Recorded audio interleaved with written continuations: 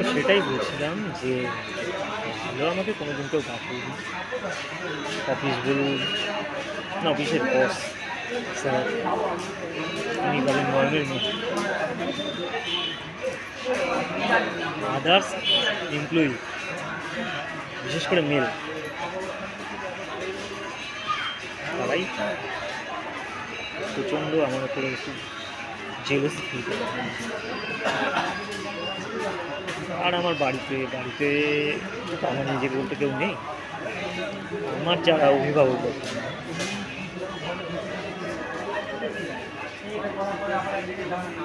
নাই বলি, আর আমার রিলেটেড যারা আছে, আমি যাদের সাথে কথা বলি, যাদেরকে জানি চিনি বুঝি, কিছু না কিছু ব্যক্তি স্বার্থ নিয়ে আমার সাথে কথা বলে।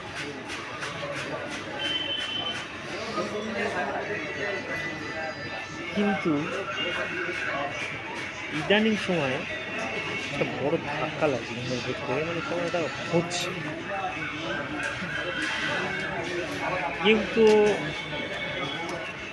আমাকে কিছু ঠকাচ্ছে, চিন্তা করছে বা কিছু গড়বড় করছে, সে রিয়াকশনটা আমার ভেতরে খালি বারবার আসছে। মনটা ব্যাকুল হচ্ছে, সতর্কতা দিচ্ছে কোথাও একটা কিছু, কোথায় হচ্ছে আমি কিছু বুঝতে পারছি।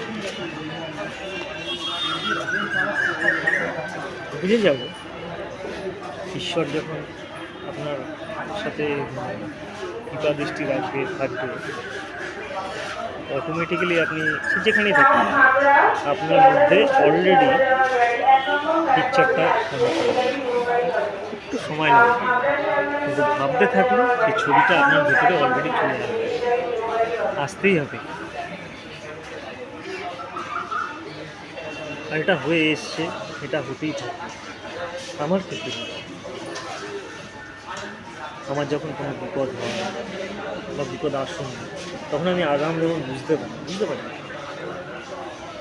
আমার এগেনস্টে কেউ কোথাও কিছু করছে বা করতে যাচ্ছে, বা আমার কেউ ভুল বলছে, ভুল করতে চাইছে, আমার ভুল বোঝাতে চাইছে, সেগুলো আগাগোড়াই আমি বুঝতে পারি।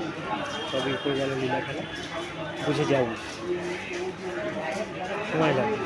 কিন্তু ইদানিং চঞ্চলতা, ব্যাকুলতা, অস্থিরতাটা পড়ছে তো কিছু একটা আমার রিলেটেড কেউ কিছু। দেখি ঈশ্বর কবে চোখে জিনিসটা তুলে দেয়। ভালো থাকবে।